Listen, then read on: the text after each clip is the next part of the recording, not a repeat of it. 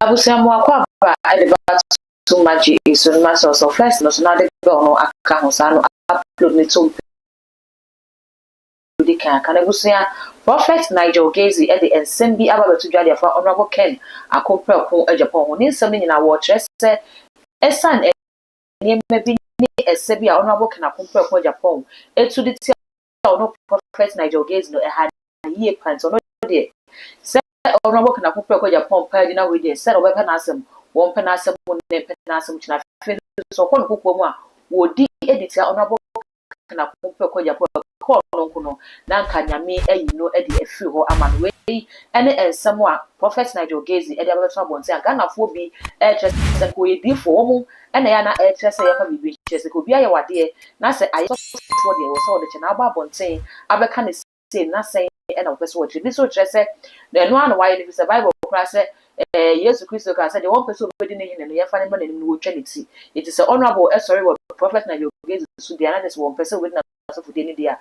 na wodi tia na enwa no ene mensa ka nche wa ha en ba behwetwe nko mo mensa obre no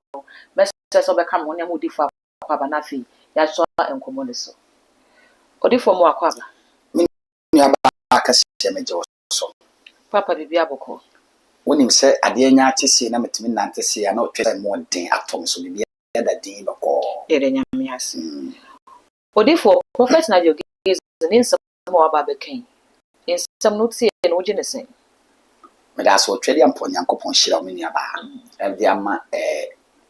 the friend say too much TV T4 ene mo hwafo nyina na ansa na me baso no e mani party ne ma se wo ewiase ne asase ye nam so ne se okay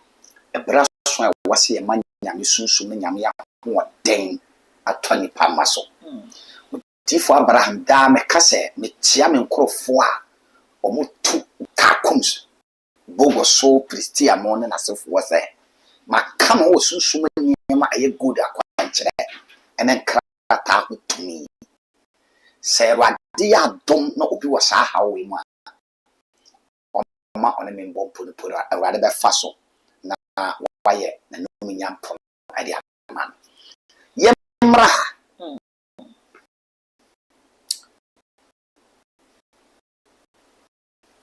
say Revelation chapter 12 verse Revelation 12:7 eba okay na bonsam ay fene Satan wo wadada na ono nyankopon eba ko na bra Satan si say what take nyankopon a time ebeda ono nyankopon time beda Satan ne nyankopon tem okay Revelation 12:7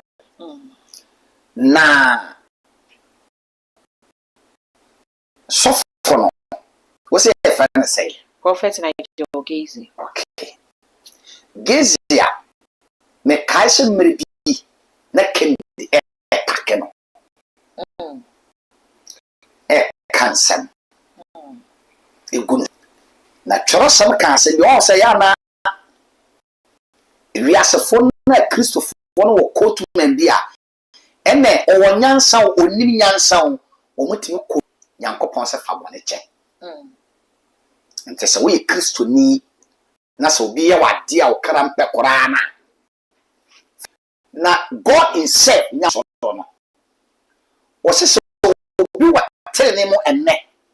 na ofom tene ne akobone mo a awade nka ne tene ne bi na so free bone mo enne mo a awade nka ne bone ne bi so for my Nigel Gazy obi a se no ope Kennedy asema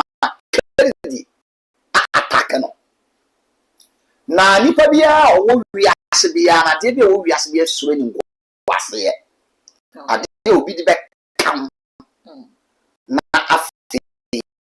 ensa maudin pa until the Bible say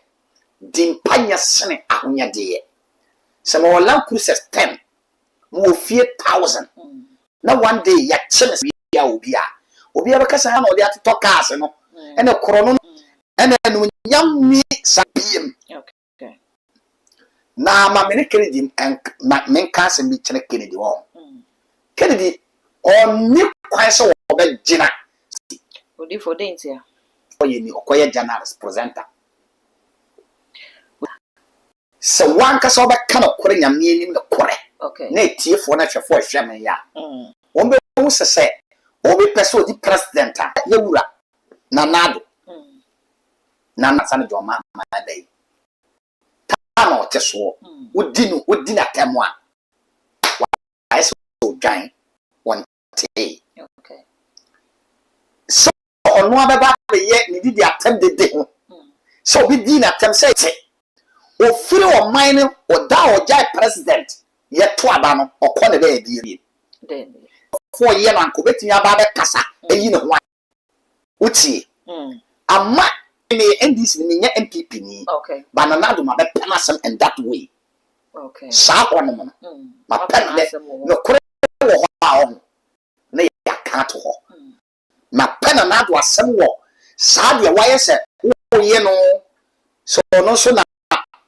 person ye wo denyo fo. Ebi kwati ni te da waboro wakono wi domani ma no oda. On ban the cat nsem bia nyadan. E Kennedy on fatwa abayi no. Because they attack no so. E enye sa asofo no kwa no attack no so obi ni. Okay. Ko duru ba bia o pa yi no megina keep no. Na afere wasan na chi ono kora ne bini efiri kuru baako na sawo komu no kora no obi nim kora ye na busua Odi for ye hwe abra na honorable Ken Akufo-Addo Japan edi sa dwuma no ebi mo kora ba be ka se ade a honorable eye no eye because o sanity menim because na woni nyina so fu ebi mu bi wo hono mu a enioma wo mo ye no o mo bu nipa fa so o mo de nyame asem no ebo nipa po ni ade no ma ne honorable be ye ni bi kire se ebie ni som ho pa mo mu se na asofo no bebre wo mu a na se na ye kan ye pa ya fase na prade enti se honorable no na se wo kan gu prophet na jogezi so sem no enye no kra adenti na wo sa bre no wa fa nkoko na ene no so obesori atia amen chawade Bible say nkofu bi ko dua ba bi no mo ja hokoda na dwo nkofu bi be dua ba foforo ye le efrae ababone na efifin mu na no mo se no ababone bi ayere abefra nte wase ye select ni tutu mu ye le sai na Nyankopon ka kire sa afo no mpese ni na mo munyine na se wo si asesu tu bone na efra wo mu no efiri ma papa na be ye betu bia ka ho ente wonji ni se kende ye na adwen so o tu bone ye wo nyam so no efiri mu no anam no so ama papa koran eka wo mo okay wonji ni sa se Bible na kire se kututu dia ba bone no ne nyame ka kire wo se ma muntutu munya na se ni nyina nyine boma na baso bere ne mo no ene be hu papa no ene bone no na se Kennedy ehu se na aba wo power eno nte wo hu se asofo bi asofo bone ente nyame ntimi tutu wo mo nyame ntimi ku wo mo nyame ntimi bo ni fra nyame ntimi fa solo ko to mo so ma mo djuma ba wiye ne mo ono na betimi tutu bone na ewo nyame djuma no afirim aswane so awa Ghana ha be jai papa dia Kennedy oni sa to ni sa won no ba bia no onye bi so da no de awu na sa ta na wo se adente na sofo na amfa na anko court no Kennedy na ka kire oba na o ka kire papa ne so mpele na otu ne na Kennedy na ka kire nipa na se omo wa ban okay o se ya no mo se Ghana mra wo Ghana mra wo no Ghana mra ni ho Ghana ha da bi tumi ne wa ha odi for dent na ka samra wa ha meba okay mema jo mama ne tiso sisia jo mama no ko di president na hu ni se me se Ghana ha no tumi ne wa ha o di die so ba mra ko so wa ha meba okay yo bibi a fe ne threaten maka kire wo se me yo si ye be chiw ne yabusa wo se die ne ba wa adwen mu a wo ka sa meboa okay na NDC ni be ko ka che obi se me be to wo be wo wona ka be to aba foforo awo wo pot ayi so mo ye beto abafoforo na se ye ansa na beto obi abafoforo no se me beto wa ye beto abafoforo no ale me si adefo ntimi mfre na musa na se ene san ho se nka wo bekunu ana nipa ya to abayi no nka wo betu no so ade at once ana nka wo betwa na me na nka wo beboltu okay me bawo endi se fo na tinya ya saade no de na kire se mara wa Ghana hwe se bia obi oncology complain here. Why now person o kan de fa minority leader ho minority leader so e wo Ghana o te asem no o share down for formal complaint bi ankoye enti police no be dey na wakochi nipa na yenko yakwachi akwa we papa we a yakwachi na aboro nyen why na call local complaint okay ni busaw yakwachi no what na radio so no kan ye meboa ana yakwachi no se de ba ko so te kurofoforo eka se okay say no we ye say we ye koro we ye koromfo we ye say no ya timi akwa che no meboa wan na suma ama ya kwa che no na entimi busa wo bas NPP ni kofre NDC e kofre police abro police for nim NDC no wa ban mama ye te o man no mama na kora ni adwuma na police for nim NDC no wa power e be ye den so ba command police kwache sa nipa no a o metinya so ala yakọ okay ntina yenim se tumi ne wa Ghana ne mere di Ghana nte se wo ye obi bone no o petition ate na bai ba no akọ reason ntina ususu se Prophet Nigel Gaze wan fa ono aboka na popre ko Japan anko court sabre no eno tia sa ka no police ni be na so nkote judge bi a okodi na tam say useless judge judge for paying for catching some marani ho so udi judge ba ko atama what did the whole judges no enti yen kwa chene mara ye ko say dem so yare after long last o yare na a chire no uti ho asem bi say ya sa chire bi okay sem ko owa oni aban te sem me ana me makọ ka chire judge say we useless ana police for suma a judge na suma police say ya meteme ne ya bedu na sem yare mo san ko ana mo o mine nkasa na Ghana kuro dua wi mo o ma se no me Abraham say and that's what the NDC mo and that's what the MPP mo o ma se no odi for yenhwe Prophet Nigel Gaze nyame difo asofo ise ba no wodo a mo na mo preacher say o unwa ye wade afache no Yesu Kristo kra ka bi o se fache ne mpenso ahodo nso enti se edifo nyame sofo na obi aye wade wo se ade na nipa ne de aye meninti no me mfa nche no saa ade ne ntimi mpe nipa nasem na me mpe na asem so da enu ntimi kwa mekokọ bia me bom pa ye de tia ne se nyame nyini mfiri ho enye statement mu odudodo sa sofo be kasa onye osoro nkrante kora na etwa so suma na ekọ Kennedy so ma me nkyere wade o se yesi nyame de bone che nyame ye ne sei no ente saa e wo ba bi yen odifo nyame mfa bone nche bone no anyame de che no enie okay Bible say the oni papa no oye bone no ye twa no perepi na de oni na waye no ye twa na ketwa bi Kennedy enim say asem na wo ka kaset wo kot ne radio so e ko ka ho asem no enye da koro enye da mienu enye da mensa wo sin so enti obia so won talent ne vision ne future na da che Nyankopon de amane say on be ye ho adwuma eye nyame dwuma so fe yi enti tam obi ni tam Kennedy ye na sa no ana na so ne gu ya anka ne vision and the talent and then the future no an qualify na say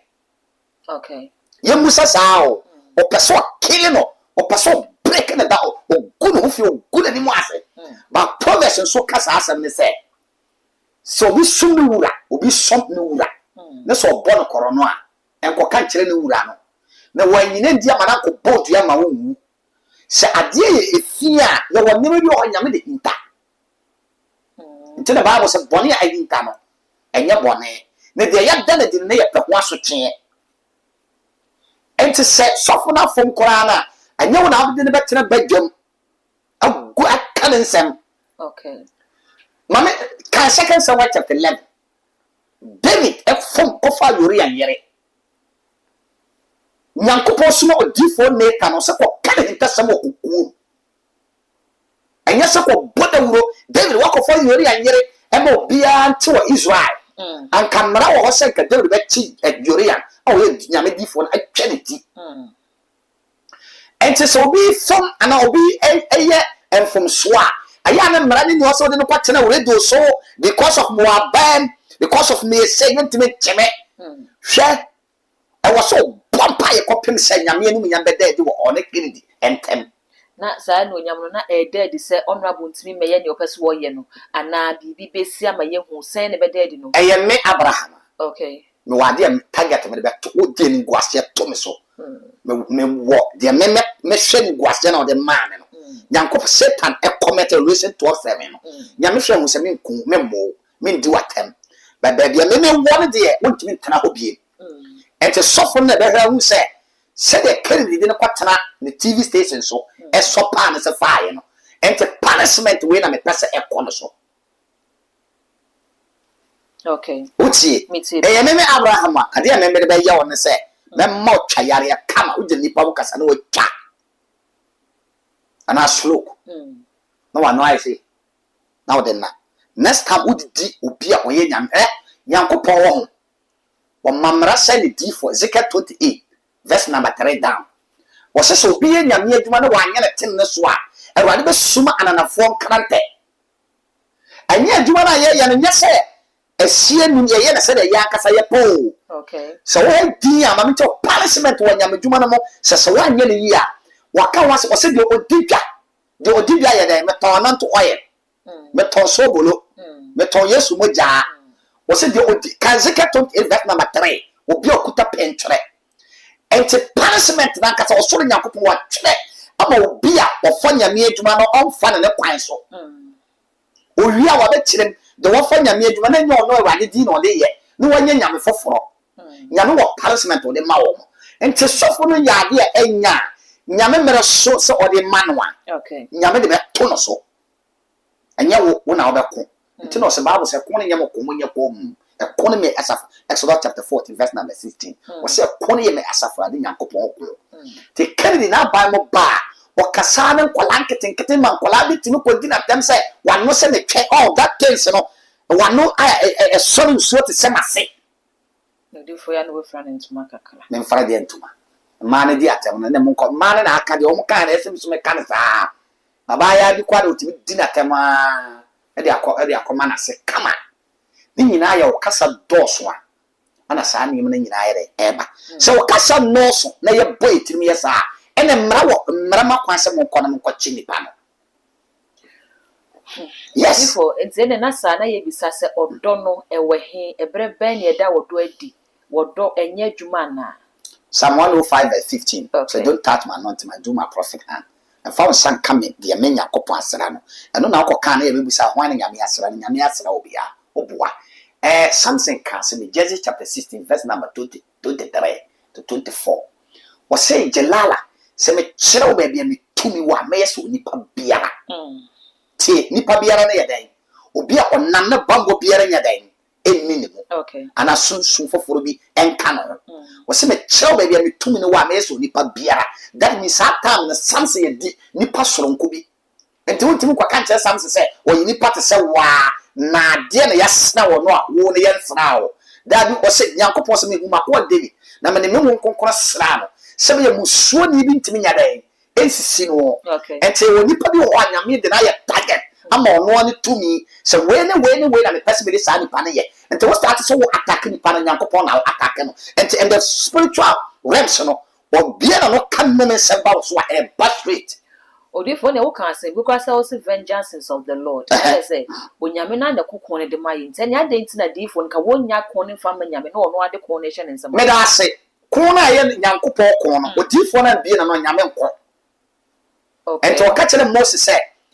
baby Exodus chapter 14 verse number 16 to 17 was a Moses ebere me nya kom na kasa na se de oba kasa na sa na me rade me ye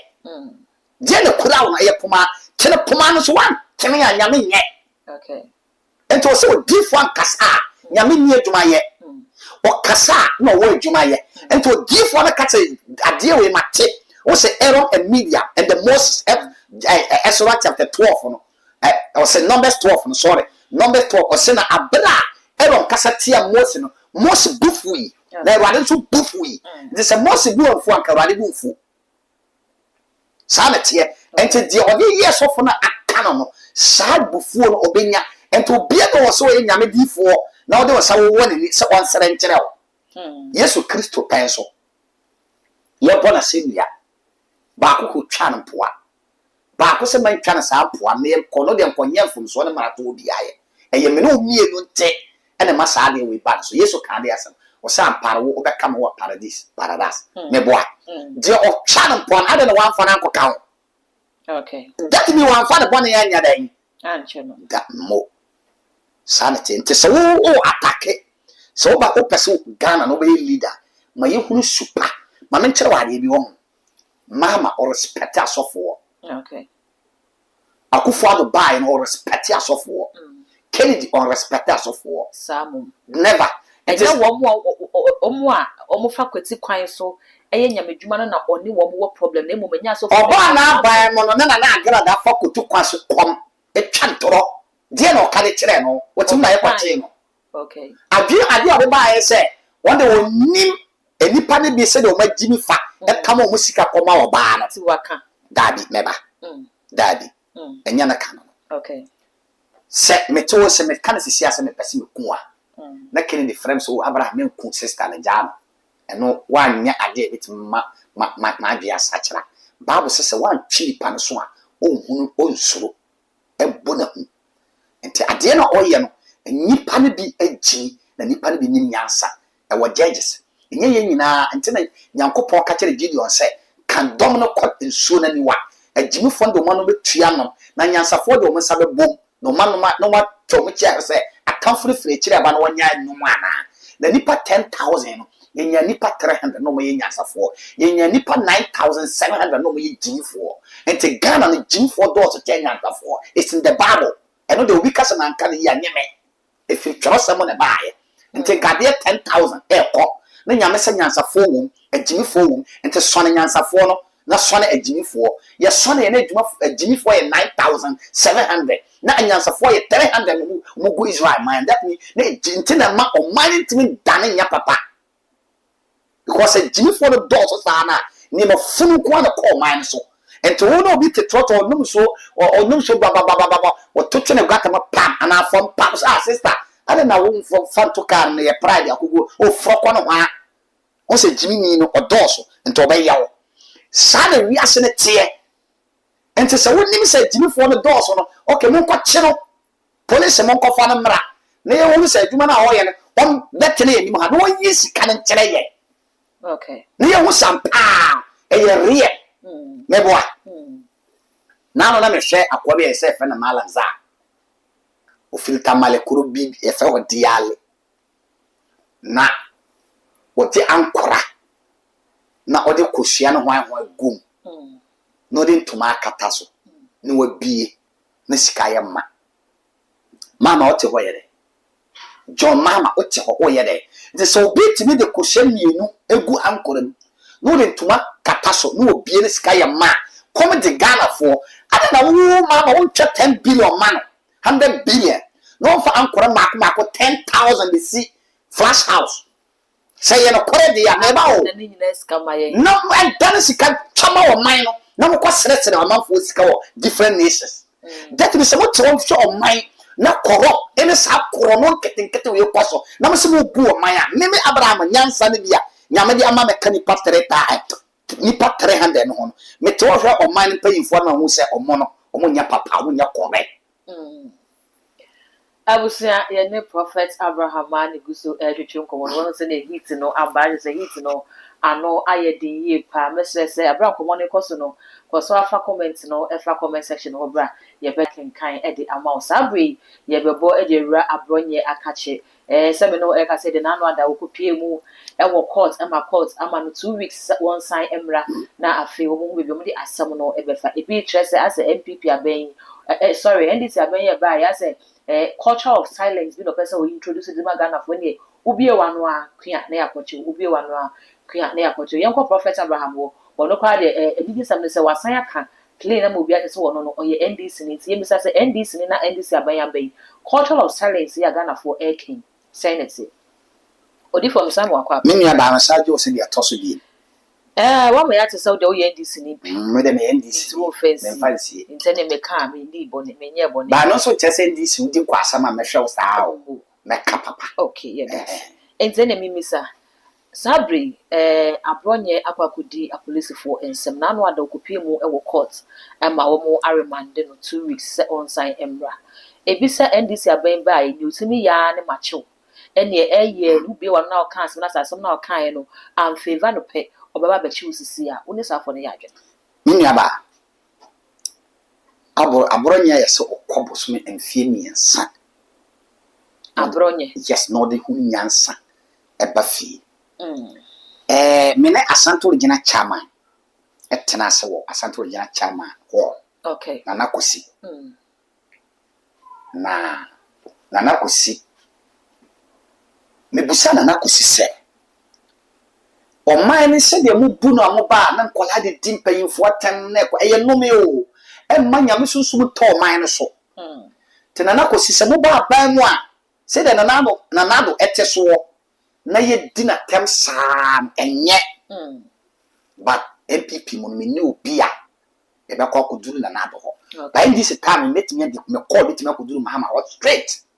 so ade we ekoso in the bible no wo se mo fa ni de ma mo jana mo nana mo janom na afe na mo fa ni de ma mo mind painful ye kan wo politicians o masem wo Jeremiah 5:25 was me erade mahuni ye no na meto won so re we tupani mama mo sam na me kan sabe jamfimu no se dun katia na sa ministers no enye MPP kwa NDC for MPP o me da bia meka kire o se ye nya hunu de na adwene mo da ho obetinya tene Ghana tie me Jeremiah 5:25 mama pa on fa sa quotation na sabe jamfi ana se dun katia kan was meto so re me erade me kumwo no maye anoma yifo tete eyi anoma wo buom efrise on kama husia ne nkunafo ne hiani wadi dia ya akase ne wadore asrade na waye na onwene tise chorosam no politicians no nyesa nyame nimo wo se juma wo di nie korona mo boni efoma wo fom nie o fom papa me na maka NDC na MPP no o fom na one tie ne ye o mo fom ne one nomnya e be reverse and the spiritual war our Jeremiah 5:25 na e de akoma wo enti se wa aburo nya no wo so wa ban na wo nim se mo juma mu di nie enti obi aba obedibi no de obetumi aye no aye no okọ enye di atem no betumi abre NDC ase eye nyuma MPP fo mo be ye no eno na wase mo to aso ye campaign e kire Ghana fo se ye baaye no ye yesi eye papa maamo eye yesi eye papa maamo na ade na makoto aba against ye na afefoforo ba mo mama adwene mo kai mo na mo huru se nyuma ye be ye ya eni kwase mo to aba against ye no enie mo be proof ni aba utie me ukọ buna hafa no proof me ma okoye wo na wo se Ghana fo ye nyatomfo se ye ni me we nyina de ama no na mo sa to aba against ye na wato akoma NDC mo kwa Asante Original mo proof so around about mo se mba ye overhead ni overhead ne si ho no ada na mo to against ye ena obia nkwaka we obia mo se oh Ghana fo no ye nya papa MPP ba wo ye nyuma pi maamo nenso mo yama nebo enye so beta aboa kwahia ena be chese ni pa be hu se de NDC fo eye no etwase enye anase etwase ye to abayi wo mo hwe emakwa ma hu se MPP aban mo anyansa fo doors ho okay sabi bi atana otiechi na mi bu be kasie bi nyansa ni tie ma asem ya obete ma se so ukọ bunu hafa ukọ de goma tamale ukọ bolga frafra ukọ boku ukọ na vrogu gurisi ukọ wa mukwa mumpufu enwoma MPP ba ya be ye mma ma to abayi yen no odifo ye hwe So what can say near Bronye a kind, there was said, walk them by 3 years, sir. Ebi mu beka se ene saade a mo NDC fo no mo ne abronye eni ni ye kan na ye de Kelvin Taylor me ye de Kelvin Taylor aba be ye emfato ho Kelvin Taylor nsembe na Kelvin Taylor na ne online media no so anka odi ahemfo atem odi asofo atem odi mampani atem oso akufo do mo ase ne size no odi wo mu nyina atem okasa ya ma 7 pediasa na notra asante hene na notra wo che hene ne ade nyina Kelvin Taylor ba krum ha me de ne court e ma ye sign ti e ma ne na go free wa sign ko ya ne hwe wa mo na sign ti ye de ne court se oni asa ma me musa okasem bi wa ha wo ye sa na wo prepare me na me maka asem na ese me na meka me be se asem ka cho se Ghana mara nya den eni ha wonti me kan kase na Ghana payifo no pese mpay NPP NDC fo no nyina ate me be se asem ka cho se mara nya den emre ni ha tu ni ye den e wa ha NPP no wo so anka Chavintila o ma okay se de ya no me kan no me mo ya mo pese me kan no me ko nya asem na me dua mo ahu ni se Ghana NDC nyere wo no mo che NPP nya di atem se ki mo che no se de se MP edane na NPP so ba wo mo so be che me kaba okay me pese di atem to twa Ghana so wo nyansa wo NPP ni to wo ye NDC ni wo nyansa na wo pɛ so NDC ni ko NPP ni ko di atem gam NDC ni NPP ni ko di atem gam wa eno omo so bana ko di atem asɛn now ti abasa di atem no be twa na entwa okay di atem mo pa ye fante kire wo man democracy and fata blacks because e nyansa no e wo form say wo di penya atem o nyene wo ye penya wo ye wa na ehwe me wo na to di anama me di wo cha jimi sam no nyankopon so anka nkire wo se de otimi to di an kwa na wo se fani die koma no wo se so bi fie che wo di a fani die na ebuo ye den sa de Ghana apopa hwe me bebe ya na me tie lady no oya oba na ekasa okay na wa fa de ni mu ama mama o ma ne twe mama o ma o sa ni ma no tie mo nkyere wa de e so for mo nkyere o se me ya president Ghana for be nyina be silence o di for Abraham se me ya president the whole man be silence because members security who say do di atema na ni mo ma ye kwa mo treze numbers mo ma NTM enya o madjuma say ni probably obakasa bia nan ono anase network no mon grip no se ne e ba ne sa na aban no e ka o manfo no ano atum wo mo manfo no enkasa eti so ya de na enya kro obi asuro so sa nyansa Africa se yen into Africa se ye bre nyame sare se the whole Israel no the most kwana e kasa se wonni mo a se mo fi so obi anye se de opebia eno na ye o ma ne twa no ena mo ma ye nyina start se ka me so mete ya na ka me di mo ane twa na me sore ko obi an preach ka nyam san bie me kira wo se Moses penso nyankopon ko yi Israel no nyame ma Moses kwa ne kasa kira o man no nyame se mo kwa ye sei ente ka nyame ma kwan se even Moses kwa na se etom san man it futu se be ma so obi anya problem ma ne fa ba o titi kuo no mo fa si wo mo so embeduru so no na wa free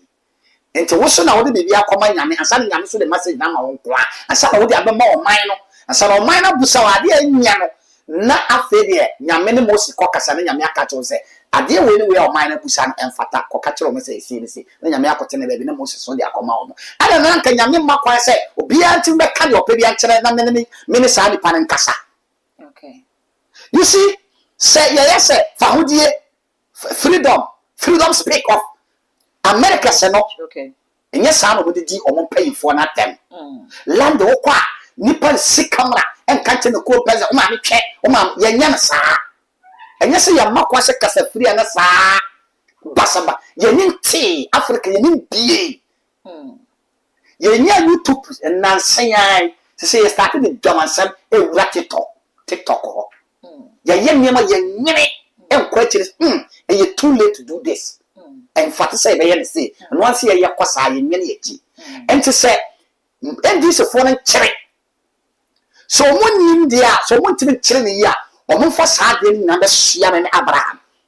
ye chire bia me na me di police for nim say obi e di atamo ha mo nkofa no na so obo say Ghana man do na 3 days a Odifo bi kyerɛ sɛ abronye die kura wɔn de no ekokopie mu wɔ court no charges mienu a wɔn de ɛbɔɔ no no ɛnyɛ charges a ɛyɛ charges a ɛnhu biara sa etinanka ne we yɛbɛhwɛ na sɛ nka wei no sɛ empo ɛnyɛ criminal offence ntɛne nka yɛde ne bɛkɔ court na afei yakwa because almost publication with false materials with intention to cause fear and panic. Na say what the summer enye no kure e na ato abonte so the huni suro ba be sha manfo mafei offensive conduct what there su bi a enye papa edi enti sa charges me ni charges wo de ball no enti ye charges wo de aba abronye yi na eye charges nkitinkiti na ye hwe treatment a wo de ma no ka wo de ne tena mu ba ye ka ye ne say mu miniti no de ne tena mu no nko aba kofo na de ma ka ye hidden criminals and ye de wo tena mu no enu mu ne de ne tena ye de ne ba ya say wo omo panishin no ma sheda so moto cha Daddy aboronya no aboronya no o ma nye yie be wo che no so ma je cast die ni mu no de na yes Odifo na ma bi wo se den no personal abi esini ni sa ya okwa se ba fo election be kan wan wa ase wo kasa a wo nyene dia ni kwase ja ma me chere se o wa na ba no no kwere ni Ghana nde ya kwa chano ma ka okay and this ya kwa chano ya kware ni ka basa ada na no man kasa ase no vi na wo ka che kwa ni ko eso no tem sinia men na menye yesa ni me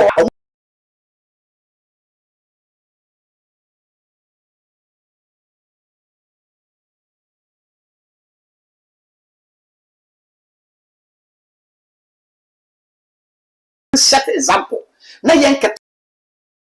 abom no kwala die tire no ye wu aro mu bu no o me ko e ma we sa wo no na asem no kwa ye respect aboronya die na